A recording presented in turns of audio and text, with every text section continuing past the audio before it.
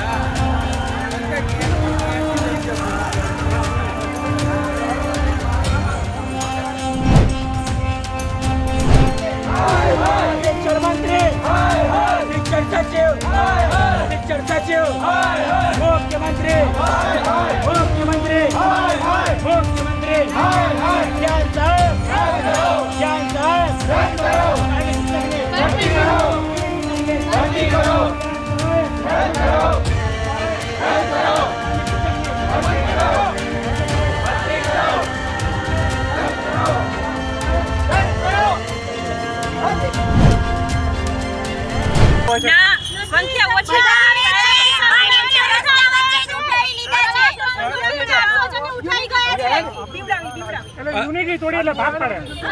અલગ અલગ જગ્યાએથી ઉઠાઈ લીધા છે કોને કોને ભાગ પડે શું કેવું એ તો કોઈને કઈ ખબર જ નથી મોબાઈલ ચેક કર્યા છે બધું અમારા મોબાઈલ પોલીસ દ્વારા એમના મોબાઈલ પણ ચેક કરવામાં આવે છે જે ખરેખર પ્રાઇવસીનો ભંગ છે અને અમને હક છે અમારો હક માંગવા માટે અહીંયા આવવાનો જેના માટે અમે આવ્યા છીએ અમે કઈ સરકાર સામે ભીખ નથી માંગતા નવી શિક્ષણ નીતિ મુજબ એમને પરીક્ષા લીધી એ પરીક્ષા અમે લોકોએ પાસ કરી તો અમારો હક છે કે હવે અમે સરકારી શિક્ષક તરીકે નોકરી કરી શકીએ કે આમ તો એમ કે છે કે ભાઈ આખું ભારત તે વિશ્વગુરુ બનવા જઈ રહ્યું છે પણ તમારા ગુજરાતની દશા જોવો કે ગુરુઓ વગરની શાળાઓ કેવી રખડી રહી છે અને ગુરુઓને રસ્તા ઉપર ઢસડવામાં આવે છે એક બાજુ તમે રસ્તા ઉપર ઢસડો છો અને બીજી બાજુ સરકાર એમ કહે છે કે અમે તો બહુ સંવેદનશીલ છીએ ફક્ત ફણગા ફૂકે છે સાહેબ સંવેદનશીલ ના બાકી સંવેદનશીલ જરાય નથી સંવેદનહીન સરકાર છે અત્યારે ખાલી વાતો કરે છે મોટી મોટી બસ બાહ્ય દેખાવ છે આપણે બિહારની બધા રાજ્ય બિહારમાં 1 લાખ ભરતી થઈ છે 15 જૂને તમે ભરતી કરશો એવું કીધું હતું ત્યારે એમણે એમ કીધું કે મારો વિડીયો નથી તમે લોકો એડિટ કરવામાં માહિર છો તમે એડિટ કરેલો વિડીયો છે આવો એમને જવાબ આપ્યો એમના શબ્દો હતા એમનો જવાબ હતો જે સત્તા એ આવું બોલે છે ગુજરાત સરકારને ખાલી ખાવા પીવા ધોવાની જ ખબર પડે છે કાયમી શિક્ષકોની ભરતી કરવાની ખબર પડતી નથી અચ્છા તમે શિક્ષક બનશો ભણી ગણીને આગળ વધશો તર્ક કરતા થશો તો પછી સરકારને સવાલો કરતા થશો સરકાર એટલે જ કાયમી શિક્ષકોની ભરતી કરવા નથી માંગતી કેમ કે આગળ જતા અમે બાળકોની શિક્ષણ આપીશું તો એમના મત કપાશે ભાજપના પાયા હલી જાતે એટલા માટે જે ભરતી કરવા નથી માંગતી શિક્ષકોની પોલીસની ભરતી શા માટે 12,000ની કરે છે હાઈકોર્ટમાં પટાવાળાની ભરતી શું કામ કરે છે કેમ કે પોલીસ એમના ઇશારા ઉપર નાચશે જેમ નચાવે એમ પોલીસ નાચે અમે નહીં નાચીએ અમે દેશનું ઘડતર કરીશું કાલ સવારે અમે બાળકોને છે ભણી ગણીને હોશિયાર બનાવશું તો ભાજપના પાયા હલશે એટલા માટે એ શિક્ષકોની ભરતી નથી કાઢતી તો આ જે છે અત્યારે જોઈ શકો છો કે પોલીસ છે લઈ જઈ રહ્યા છે બેઠી છે આંદોલન કરી રહી છે અને એમને લઈ જવામાં આવી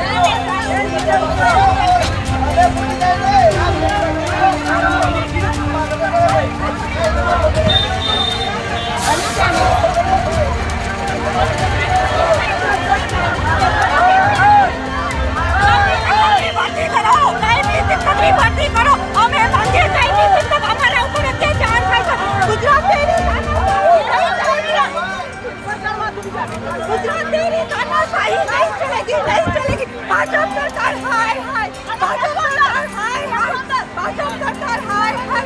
अगर कोई अंदर હોય તો કરો गुजरात में नहीं तो